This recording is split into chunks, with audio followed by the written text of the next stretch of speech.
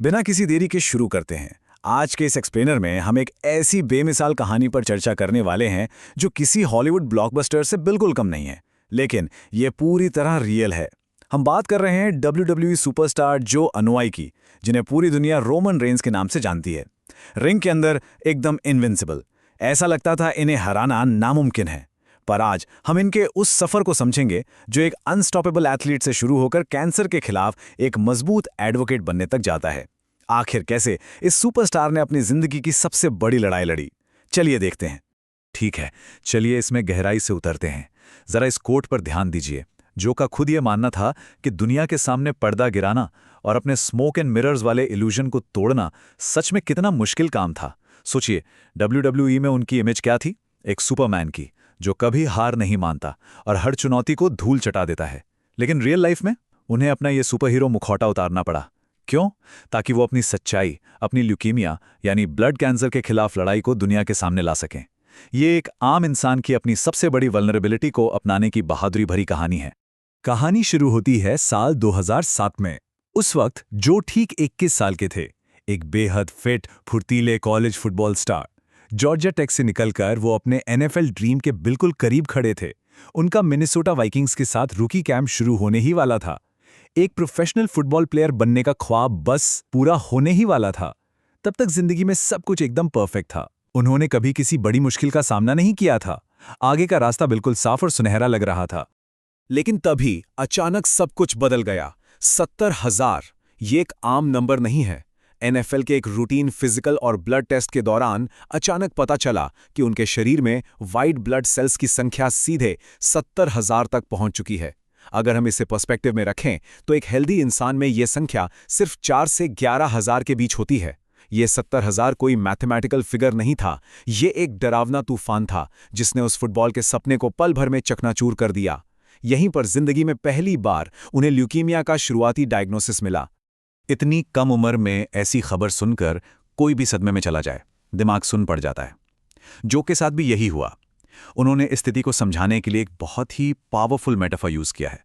WWE में उनका group the shield एक स्वॉट टीम जैसी टैक्टिकल वेस्ट पहनता था, जिसमें पीछे एक स्ट्रैप होता था ताकि जरूरत पड़ने पर एक साथी दूसरे को खींचकर बचा सके। जो कहते हैं कि उस शुरुआती शॉक में उनकी मां उनकी सबसे बड़ी टीममेट बनी। उन्होंने जैसे उस स्ट्रैप से जो को पकड़ा और उस पूरे मुश्किल मेडिकल प्रोसेस से खींचकर बाहर निकाला, क्योंकि वो खुद इस तकलीफ को झेलने के लिए दिमागी तौर पर तैयार ही नहीं थे। चलिए आगे बढ़ते हैं और देखते हैं कि ये टाइमलाइन आगे कैसे बढ़ती है।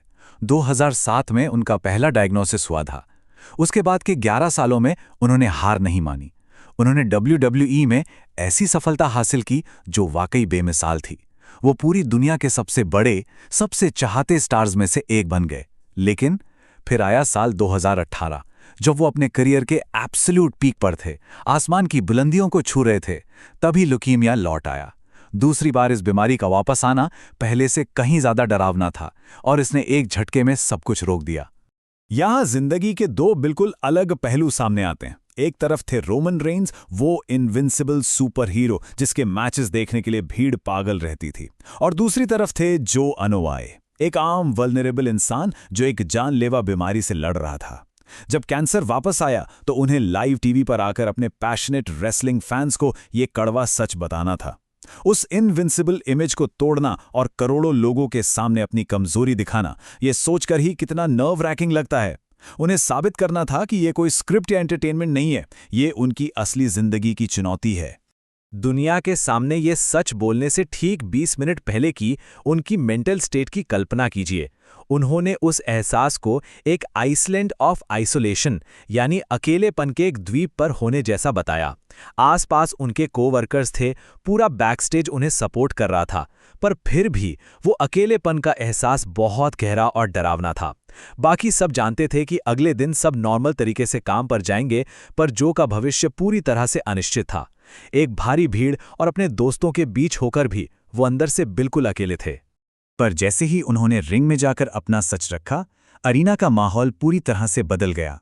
वो डर, वो अकेलापन पल भर में गायब हो गया।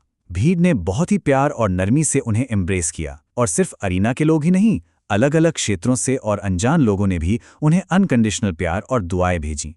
ये बेपनाह सपोर्ट एक सुरक्षा कवच यानी एक सिक्योरिटी ब्लैंकेट की तरह महसूस हुआ। इस प्यार भरे ब्लैंकेट ने उन्हें उस गहरी आइसोलेशन से बाहर निकलने में एक बहुत ही बड़ी भूमिका निभाई। और ये ब्रिलियंटली इलस्ट्रेट करता है कि मुश्किल वक्त में लोगों के बीच कैसा अटूट रिश्ता बन जाता है। जो ने ऑन्कोलॉजी क्लिनिक के वेटिंग रूम्स में वक्त बिताते हुए एक खास तरह की बॉन्डिंग महसूस की।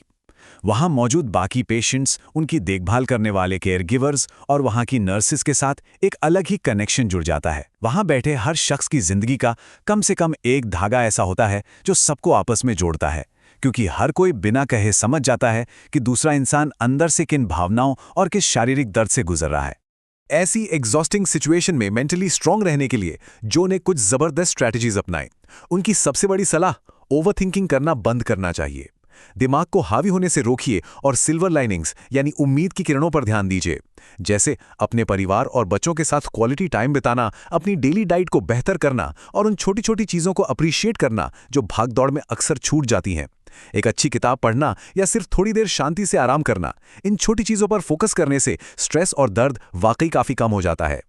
उन सभी लोगों के लिए जो किसी ऐसे टफ टाइम से गुजर रहे हैं, कुछ बेहद एक्शनेबल और प्रैक्टिकल एडवाइस काफ़ी मददगार हो सकती है। पहला कदम, ये स्वीकार करना ज़रूरी है कि इस लड़ाई में कोई पूरी तरह अकेला नहीं है। दूसरा कदम, ट्रस्टेड रिसोर्सेज का सहारा लेना चाहिए, जैसे कि ल्यूकीमिया एंड लिम्फोमा सोसाइटी यानी LLS।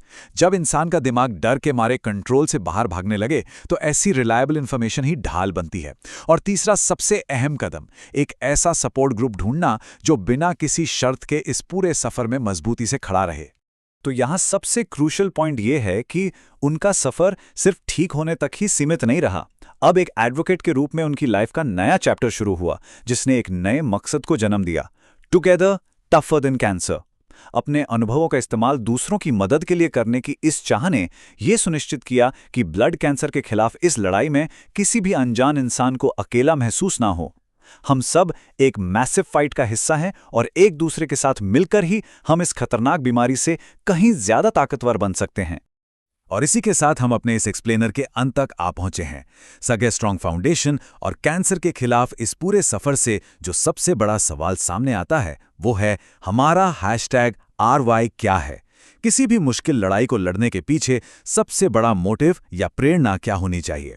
ये एक ऐसा सवाल है जो हम सबको अपनी लाइफ के पर्पस, अपने परिवार और हमारी जिम्मेदारियों पर गहराई से सोचने पर मजबूर करता है।